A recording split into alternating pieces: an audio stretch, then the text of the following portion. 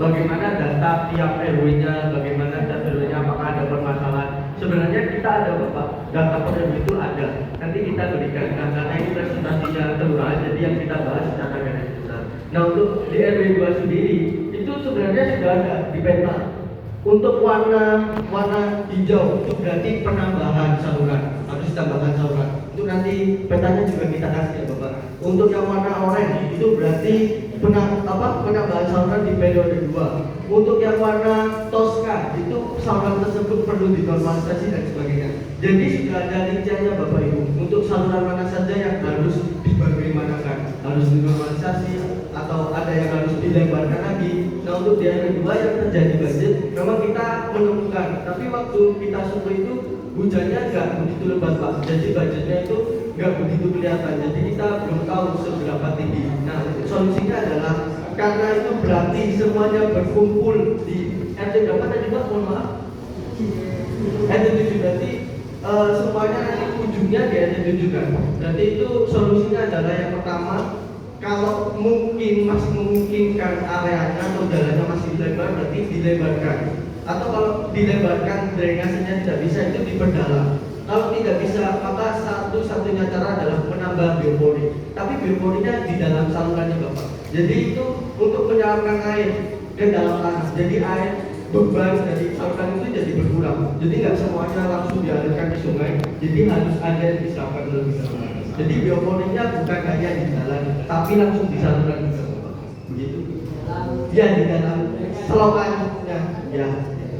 Jadi beban airnya akan berkurang. Biopori itu yang kita pengalaman dalam bidang rumah.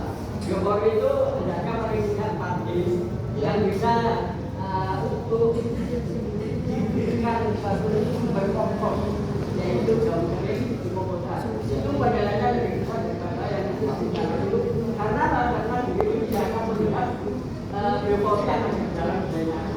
Nah, oleh karena itu di RT sudah diarahkan untuk pembuatan drainase mulai dari Tanjung dan 1 sampai Tanjung Sari. Alhamdulillah sekarang sudah dilakukan. Cuma drainase di sini, drainase biopori di sini itu fungsinya bukan lagi untuk kompos Bapak Ibu. Jadi bioporinya beda, fungsinya untuk menyerapkan air, biar airnya nggak banyak yang tumpah gitu. Biar ya Pak. Kita juga sudah upayakan kemarin itu di resapan, suruh resapan. Iya. Kita ada beberapa kasus dari dinas lingkungan dan ekosistem dari kota itu dari resapan namanya itu dan yang 30 itu sudah kita laksanakan ya, tapi masih ada genangan air di sini, genangan air juga terlalu banyak di sini. Sudah ada Jakarta. Ini yang kali Saya sama penambahan mungkin bisa ditambahin inlet Bapak. Jalan-jalan yang ada genangan, tambahin inlet itu juga bisa. Mungkin permasalahan genangannya itu bukan karena airnya meluap ya Bapak, tapi airnya belum masuk lagi. air yang Besar bukan meluap. Yaitu berarti salah satunya diresapkan ke tanah Bapak. Kalau untuk sumur resapan mungkin kendalanya karena ukurannya besar, jadi nggak bisa di setiap wilayah diberi sumur resapan. Jadi yang solusi paling bagusnya ya antara biopori atau yang baru ini ada sumur injeksi Bapak Ibu. Itu ditemukan oleh dosen kita di Universitas Brawijaya dan sudah diterapkan di Kota Malang. Setidaknya pada hari ini sudah 40 titik sumur injeksi yang ada di Kota Malang Bapak. Dan itu mungkin bisa jadi inovasi baru. Terima kasih. Oh iya. Ya, terima kasih Pak pertanyaannya.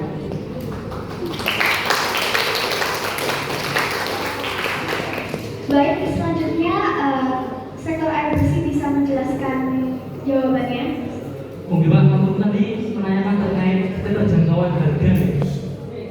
Nah, untuk keterjangkauan harga ini aslinya kita lebih memfokuskan buat peningkatan jumlah dari pengguna sumur ke PDAM Pak. Di fokus kita pertama PDAM itu karena kita bisa lihat meskipun harganya kan lumayan agak mahal ya Pak, tapi buat siklus keterpanjangannya kan kalau misal kita dengan konsep rumah vertikal dengan penggunaan sumur, kita kalau semakin lama menggunakan sumur otomatis penggunaan air di tanah itu semakin berkurang ya Pak. Jadi ya tidak bisa keterpajangan. Jadi solusi dari kami itu bisa menggunakan heat pump atau enggak kita bisa menggunakan antara PDAM atau enggak sumur itu, penggunaan dua sumber penggunaan itu agar keterjangkauan harganya lebih sedikit gitu Pak. Atau enggak kita bisa menggunakan heat pump. Heat pump itu sendiri ini bisa lebih ringan karena nanti pembangunan reservoir di Kelurahan Anjarejo itu. Nah untuk anggarannya bisa dari APBD bisa. Karena yang kemarin ini kami itu mengajukan proposal. Iya. Itu Iya. yang diterima tapi pada waktu disurvei dan saya karena apa? Karena kawasan Jawa itu belum bisa masuk ke dalam wilayah RW 08. Saya hanya itu. Masalah akses jalan. Akses jalannya belum Lokasi. Kami sudah bisa lokasi tadi. Akses jalan itu membawa alat-alat berat. Drainingnya itu yang bisa Pak. itu pernah saya jumpai juga di beberapa di RW berapa ya Pak, yang ada sumber air dari sumurnya itu yang nggak pernah habis. Itu bisa jadi solusi juga Pak, menjadikan kayak pomparisasi untuk penambahan tandon di apa namanya di Kelurahan Anjarejo untuk penyebaran ke warga-warga melalui pipa itu Pak. Solusi ringan dari kami seperti itu sih Pak. Kalau misal jalannya belum ada pelebaran dan juga belum ada akses terkait jalan, kita bisa menggunakan sumur-sumur yang memang sumbernya itu tidak ada, yang kemarin kita temui di beberapa RW yang sumbernya itu tidak habis loh Pak. Kita bisa penambahan tandon untuk melalui sistem pomparisasi untuk penyimpanan ke tandon-tandon tersebut dan dialirkan ke beberapa desa. Oke, terima kasih banyak Pak. Baik, untuk tim sanitasi bisa memaparkan jawabannya. Baik Pak, nanti terkait itu di RW2 sama pemerasan Pak. Sebelumnya alhamdulillah di RW2 sudah punya 15 pipa ya Pak. Terus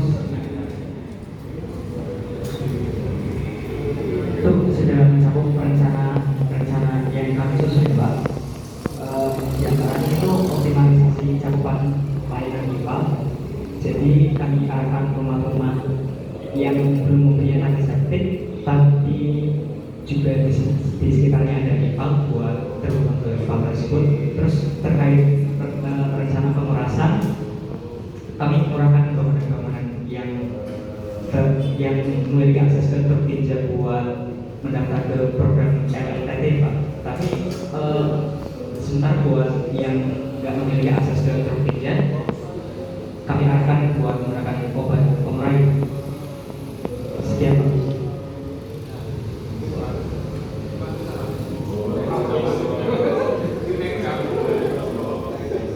Apakah sudah menjawab?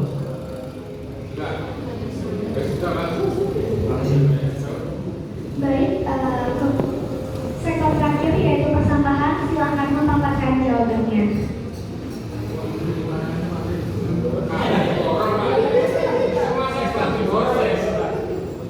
Iya Pak, jadi untuk tadi pertanyaan tentang tata cara mengompos nih Pak. Pengolahan pengomposan ini Beserta bank sampah itu pemilahan dan pengolahan. di bank sampahnya itu sendiri menurut analisis bina lahan. Kalau dari bank sampahnya sendiri itu menurut analisis bina lahan ada sekitar 100 meter persegi yang kami manfaatkan itu 90 meter perseginya di dalamnya itu kami buat 45 meter persegi ruang pengomposan. Ruang pengomposannya ini menggunakan alat tangkap rusun. Tangkap rusunnya dibentuk sebanyak 3 tumpukan. Nah, di bank sampah ini pengomposan itu sampah organik dimasukkan untuk ditambahkan di bumbu kompos seperti gergaji kayu, bisa gergaji kayu atau sekam. Kemudian biar sampahnya itu mengompos lebih cepat, maka nanti ditambahkan alat BSF. Alat BSF ini adalah alat yang tidak menyebabkan penyakit dan hanya memakan sampah yang sudah membusuk. Sudah cukup Pak? Tambahan pendistribusian sampah yang kita punya selama ini yang kita apa sudah memadai kalau anak saya Menurut anak ini ada perlu tambah gitu apa adanya atau armada apanya? Petugasnya apa? Pengawasannya? sampahnya, pembuangan sampah, pendistribusiannya kayak gitu kan kadang-kadang kembali di titik sana. Kalau kita kan masih punya dua di dalam teknologi ini, ada yang di itu dan ada yang di Padang Suku itu. Apakah menurut sampean ini sudah memenuhi atau perlu ditambah? Seandainya ini hanya perlindungan sampah dari luar Nganjuk, menurut hasil survei kami itu akan juga mengukur kapasitas TPS di tujuannya itu, dan menurut analis kami, seandainya sampah-sampah di komisi lapangan ini sudah terkumpul, itu sampahnya muat kok. Jadi kapasitasnya itu dapat mencakup sampah-sampah dari luar Nganjuk. Cuma yang tidak bisa kami kontrol itu adalah sampah-sampah dari kelurahan lain yang juga sharing TPS-nya dengan kelurahan Nganjuk. Berarti bersamaan dengan ukuran yang lain. Iya. Terima kasih Pak. Terima kasih. Baik, kepada Bapak Ibu, apakah ada yang ingin menambahkan pertanyaan?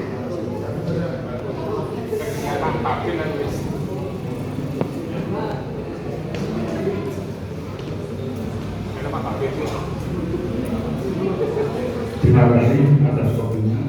Jadi di sini kami atas nama Bapeda mau sedikit bertanya untuk hasil akhir-akhir selama di Tanjung Rejo ini, data-data ini siapa yang akan mengkonsumsi? Satu itu. Terus yang kedua, di sini adik penelitian itu kan mencakup intern kelurahan Tanjung. Sedangkan permasalahan itu bukan dari kelurahan Tanjung saja.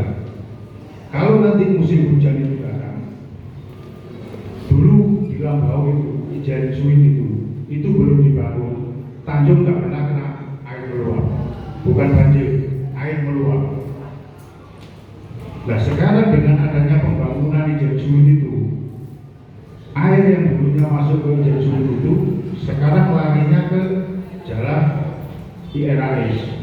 Jadi yang terdampak banjir itu RW 1, RW 2, RW 3, RW 4, RW 6. Itu permasalahannya. Kalau yang kita lihat sekarang ini, banyak pembangunan itu menurut saya tidak mengena di Kelurahan Tanjung ini. Dana mau pokil, mau muslim itu larinya ke pabrik, ampiang. Padahal kalau hujan, pasti amblas. Air itu bisa hampir 1 leher. Mungkin ada di sini masih tidak ketemu hujan. Nanti kalau ketemu hujan kita bisa turun sama-sama. Dan permasalahan itu ada di situ. Jadi mungkin penelitian ini maksudnya begini. Saya sarankan kalau memang ada di luar tata kota, ya tolong jangan intern saja. Dampaknya itu apa? Nanti kalau umpamanya ini dibangun ini, dampaknya nanti ke belakang ini apa? Oh saya bangun drainase di sini. Dampaknya apa? Sekarang kita lihat di sini, bolong-bolong itu dibangun tiap tahun pasti ada. Tapi kenapa air tetap luap? Nah ini yang perlu kita cari solusinya kan di situ. Makanya saya tanya, data ini yang mengkonsumsi siapa? Apa pemerintah kota atau daerahnya masing-masing? Mungkin itu saja. Terima kasih.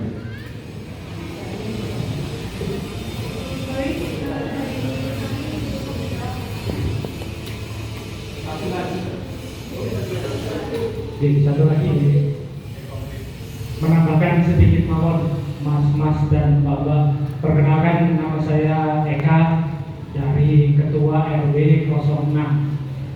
Jadi saya lihat tadi mulai dari awal sampai dengan akhir luar biasa presentasi rekan-rekan dari mahasiswa Brawijaya. Saya ucapkan terima kasih dengan tema Studio Perencanaan Pemukiman Kota.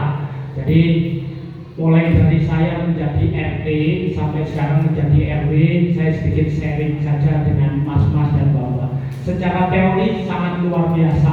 Mulai dari RT, insya Allah pada waktu saya menjadi RT itu rata-rata hampir semua banyak yang sudah diteorikan, belum terlaksana. Jadi kalau memang itu dari pembahasan dari rekan-rekan mahasiswa Brawijaya tadi terrealisasi, sangat luar biasa pemanfaatannya untuk wilayah Tanjung Rejo khususnya. Itu harapan saya. Karena di sini peran serta dari universitas terutama perguruan tinggi Brawijaya, harapan saya satu adalah untuk edukasi bagi warga kami. Yang kedua, fasilitator pemanfaat dari warga. Yang terakhir, barangkali sekaligus bisa menjadi salah satu developer, jadi pengembangnya dari teori yang sudah jenengan canangkan tadi.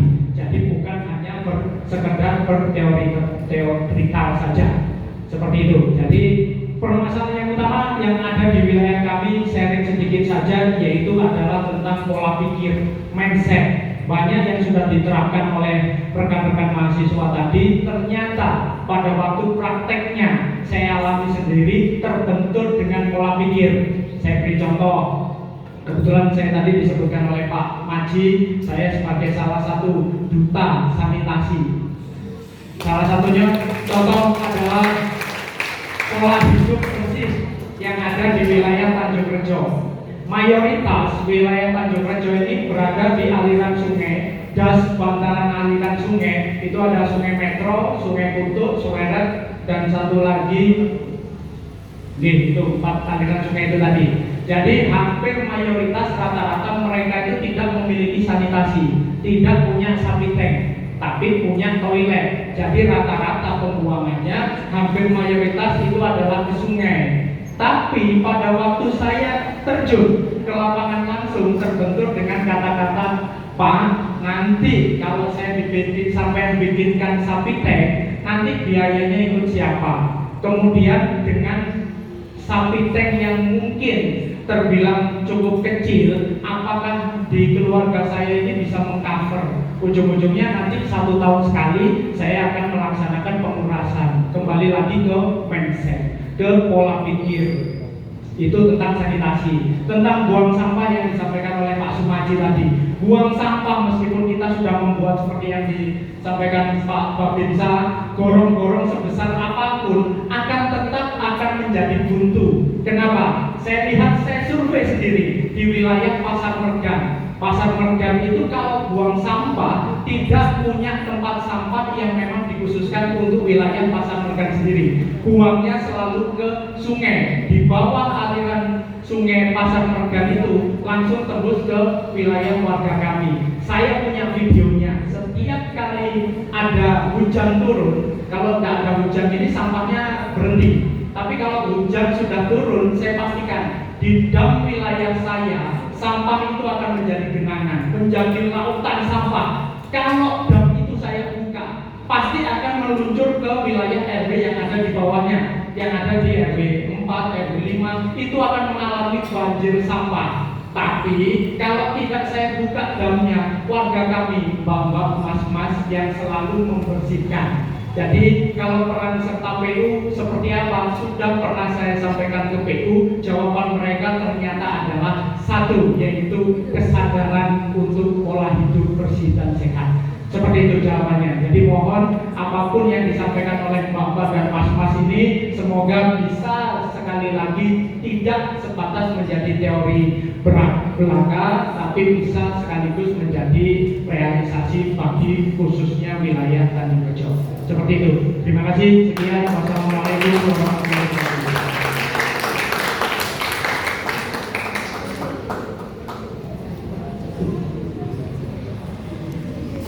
Baik, terima kasih Bapak atas saran, masukan, dan juga pertanyaannya. Mungkin dari teman-teman presenter ada yang ingin menanggapi?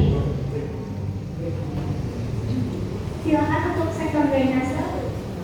Permisi Bapak, izin menjawab pertanyaannya. Boleh tolong Mas operator di slide yang drainase yang ada tabel warna merah-merah.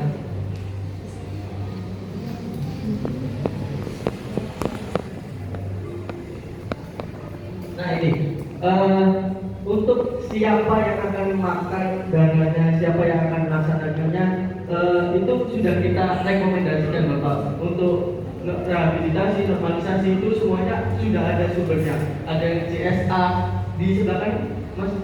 Nah, ada yang CSA, ada yang swadaya, ada yang juga APBD dari pemerintah. Nah, itu keterbatasan kita cuma sekedar hanya bisa merencanakan dan merekomendasikan Bapak. Untuk merealisasikan itu kita ada keterbatasan karena kita di sini masih studi, jadi belum ada keterkaitan dengan pihak yang bisa langsung melaksanakan seperti pihak pemerintah atau PU, dinas PU. Jadi kita keterbatasannya di situ Bapak. Terus untuk kalau permasalahan drainase itu sebenarnya bukan permasalahan wilayah sini, tapi dapat dari wilayah lain, itu memang benar. Kita tahu pasti itu memang benar Pak. Tapi lagi-lagi kita mahasiswa semester 2 kita dibatasi Bapak Ibu. Kita cuma dapat izin untuk survei di wilayah Tanjung Rejo, jadi kita tidak punya izin untuk survei di wilayah Iden Suite dan sekitarnya. Meskipun kita tahu permasalahan itu tidak hanya disebabkan oleh di wilayah ini, tapi juga kiriman dari wilayah lain. Tapi setidaknya dari wilayah ini sudah tahu, sudah paham langkah-langkah apa yang harus dilakukan supaya setidaknya wilayah ini jauh dari bencana banjir. Nah, untuk drainase ini sebenarnya tuh memang konsepnya karena sistem, jadi harus semuanya jadi satu. Gak bisa misalnya yang dibenahi di sini saja, di sana nggak dibenahi, tetap akan bermasalah. Memang seperti itu. Jadi karena balik lagi, mohon maaf ya Bapak Ibu, karena keterbatasan kita, jadi kita cuma bisa mensurvei dan menganalisa di wilayah ini saja. Nah, untuk wilayah lain ya mungkin di kesempatan lain kita bisa mensurveinya. Mungkin ada lagi tambahnya Bapak Ibu. Cukup. Untuk pertanyaan kedua bisa dijawab oleh teman saya lagi. Oh, monggo Pak. Wonten tambahan. Terima kasih. Saya perwakilan dari RW 12. Kebetulan saya RW 10. Saya sangat setuju dengan Pak Ari yang disampaikan tadi.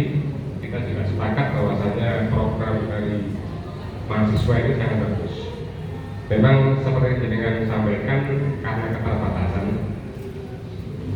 sesuatu karena tidak bisa ke jenjang lebih tinggi.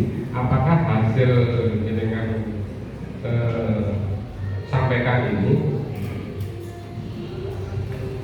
melalui dosen atau melalui kampus sekiranya bisa disampaikan ke wilayah yang berkaitan, misalkan dari Kelurahan Tanjung ke wilayah berdekatan di Jeksit misalkan disimporkan di situ, barangkali ada solusi yang bisa ditemukan dengan hal yang berkaitan sesuai dengan problem yang ada. Kemudian berkaitan di wilayah kami, khususnya di RT 10, karena di warga kami juga ada yang warga berhubungan dengan tepi sungai. Ini problem yang sampai saat ini belum ada titik temunya. Karena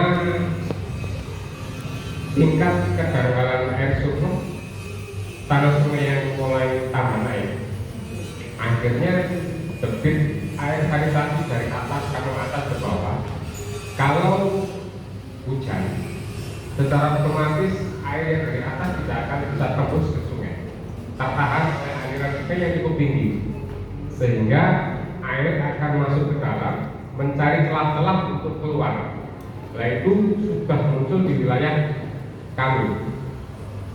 Itu sudah beberapa kali saya ajukan, akan tetapi sampai saat ini itu belum ada solusi. Sebetulnya solusinya hanya pengurukan sedikit bisa. Akan tetapi sampai saat ini karena problematikanya air sungai itu ada beberapa pihak yang terkait. Satu seperti pabrik Bonagung, kemudian irigasinya juga bukan irigasi pertamanan, kemudian pihak-pihak yang terkait pun juga masih sulit untuk menembus kita. Kemudian untuk pengelolaan pembuangan di wilayah kami karena tempatnya ke bawah, jadi pembuangannya seperti disampaikan kebanyakan ke sungai. Karena kalau bikin sapi tank, yang pasti resapannya akan turun ke wilayah rumah bawahnya, karena maksudnya ke bawah ini.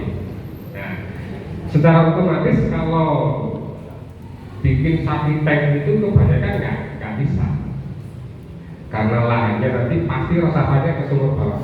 Saya punya sumur di rumah, akan tetapi tidak saya fungsikan karena tidak bisa digunakan. Kalau musim hujan memang airnya pasti naik, pasti tinggi bisa. Kalaupun di gayung pakai tali 1 meter bisa. Tetapi kalau sudah musim kemarau seperti ini, tidak sangat layak sekali. Dari segi bau dan warnanya juga karena terkontaminasi dengan itu tadi. Jadi harapan kami program-program dari mahasiswa kemudian yang berkaitan dengan apa itu PAM yang diterap. Nah, itu juga perlu dipastikan kalau toh memang itu programnya benar-benar dijalankan, itu segera dikoordinasikan dengan RWB terkait. Karena nanti penempatannya pun juga harus dipikirkan. Penempatan hidra itu memang perlu sebetulnya, tapi penempatan tempat hidranya itu pasti kan cari sumber yang besar. Kalau tidak sumber yang besar, otomatis nanti airnya tidak akan keluar. Karena kebanyakan di sini kalau menggali air itu kebanyakan di atas kedalamannya hampir 30 sampai 50 meter. Karena airnya keluarnya seperti ini. Jadi itu sedikit permasalahan dari wilayah kami. Harapan kami seluruh warga Tanggerrejo, apapun yang menjadi program ini kan, kita bisa saling bersinergi untuk mewujudkan itu. Jadi program ini kan bisa berkelanjutan nanti di tahun-tahun berikutnya, sehingga kami juga bisa ikut support semua kegiatan tersebut. Terima kasih. Assalamualaikum warahmatullahi wabarakatuh.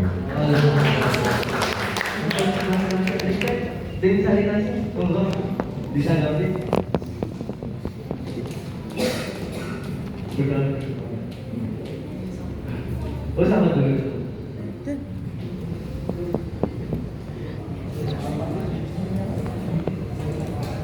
Dia tadi cuma namanya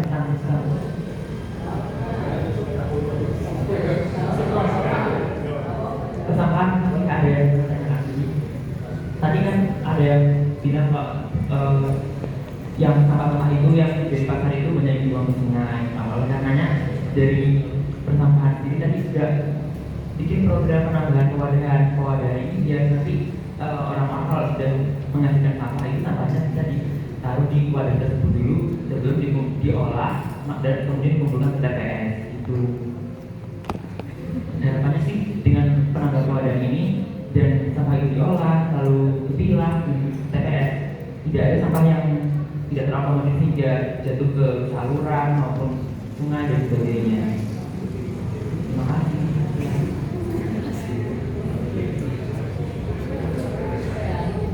Baik, mungkin cukup sekian dari sesi pertanyaan. Dalam apa ya? Mengajak kepada seluruh mahasiswa dan ketua RW 1 sampai RW 15. Karena kemarin saya itu mengikuti sosialisasi bencana sampah yang di sana, yaitu narasumbernya dari Jawa Timur. Ini kebetulan kami kerjasama dengan UP juga sama dalam komisi. Dan nanti insya Allah nanti malam melalui webinar, yaitu materinya yaitu materi pokok, yang kedua materinya itu engine, yang ketiga materinya bis. Itu Universitas Brawijaya durasi dengan biasa dan tidak kepentingan dengan malam. Dengan itu harapan kami kepada ketua SP yang disampaikan RW 13 khususnya untuk sampah. Nanti saya lihat di hidupnya.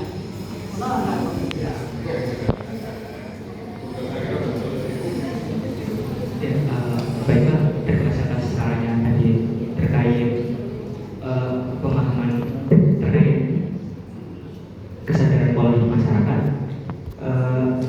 di mana realisasi dari program-program ini tidak sesuai dengan pola pikir masyarakat setempat. Maka dari itu kami dari sanitasi juga menyusun beberapa rencana terkait dengan tata kota masyarakat, Pak. Ada 3 program. Salah satu yang pertama itu kampanye sanitasi mandiri dengan menggunakan poster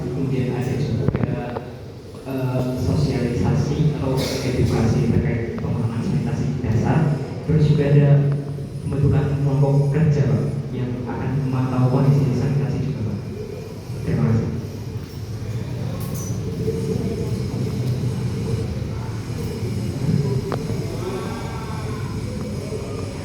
Baik, mungkin dari teman-teman presenter dan juga para hadirin sudah cukupkah sesi pertanyaannya? Oke, baik. Baik, dan kami sudahi sesi tanya jawabnya.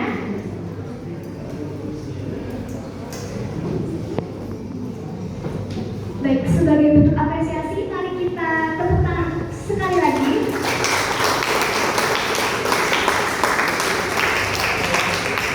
Dan terima kasih kepada seluruh hadirin yang telah berpartisipasi aktif dalam acara kita dan para pembicara yang telah memberikan kontribusi luar biasa pada hari ini. Sebelum kita mengakhiri rangkaian acara pada hari ini, kami ingin memberikan kata sebagai tanda apresiasi kami kepada Bapak Hendro. Izinkan saya mengundang Ibu dosen untuk menyerahkan cindera mata dan kepada Bapak Hendro untuk naik ke atas panggung dan menerima cindera mata.